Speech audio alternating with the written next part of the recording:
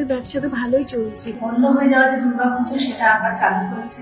একটাই স্বপ্ন, যাতে আমরা দোকানটাকে খুব বড় করে করতে পারি। নন্দিনীর মতো চেষ্টা করে চলেছে যে কিভাবে স্বল্প জিনিসে আনন্দ করে বাঁচা যায়।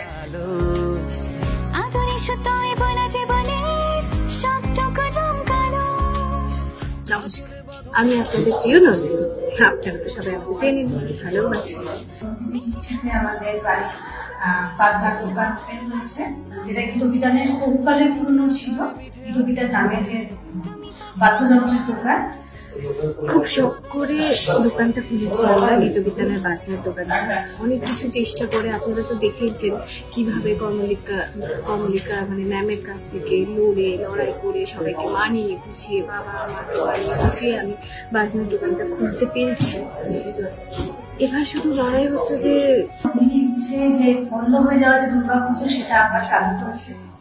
দুর্গাপুজোতে কমলিকা অনেক চেষ্টা করেছিল যে পুজোটা যাতে না হয়, কিন্তু নন্দিনী আবার সব ঠিকঠাক করে পুজোটাকে সমাধান করতে পেরেছে।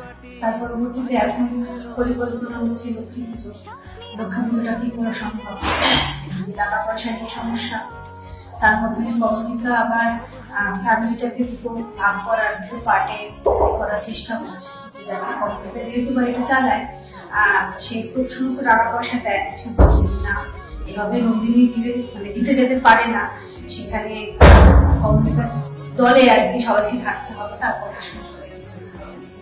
সে চেষ্টা করছে যাতে লক্ষ্মী পুজোটা বাড়িতে না হয়। নন্দিনীর মতো চেষ্টা করে চলেছে যে কিভাবে স্বল্প জিনিসে আনন্দ করে বাঁচা যায়। একটাই স্বপ্ন, যাতে আমরা দোকানটাকে খুব বড় করে করতে পারি। আমাদের রোজগারের টাকা ম্যামের কাছে যাতে সম্মান নিয়ে মাথা উঁচু করে সবাই আসতে পারে। এটা অনেক বড় শিক্ষাও বলা যায় যে আমরা যে অনেক কিছু ভাবি লাইফে, যে আমার এটা চাই, আমার ওটা চাই, আমি এতে খুশি হই, তাতে খুশি হই, এই খাবারে খুশি। কিন্তু অ্যাকচুয়ালি আমরা যদি সবাই মিলে একসাথে ডাল ভাত খেয়েও থাকি, তাহলে সেটা একটা আনন্দ বাঁচা হয়। যে শিক্ষাটা আমরা নন্দিনীর থেকে পাচ্ছি, যে আনন্দে বাঁচার জন্য হিউজ আমরা ভালোভাবে বাঁচতে পারি, খুশিতে বাঁচতে পারি। এর পরবর্তীতে যেটা হবে সেটা হচ্ছে লক্ষ্মী পুজোর একটা প্রিপারেশন চলছে। আমি চাই আপনারা আমাদের পাশে থাকুন, তাই নিশ্চয়ই স্বপ্নটা। তাহলে এবার লক্ষ্মী পুজোর পরবর্তীতে পরে কি হচ্ছে সেটা আপনারা এবার দেখতে থাকবেন। আর গল্প আমি রিভিউ করছি না। শ্রাদ্ধ ঠিক সন্ধ্যে 6টায় নবাব।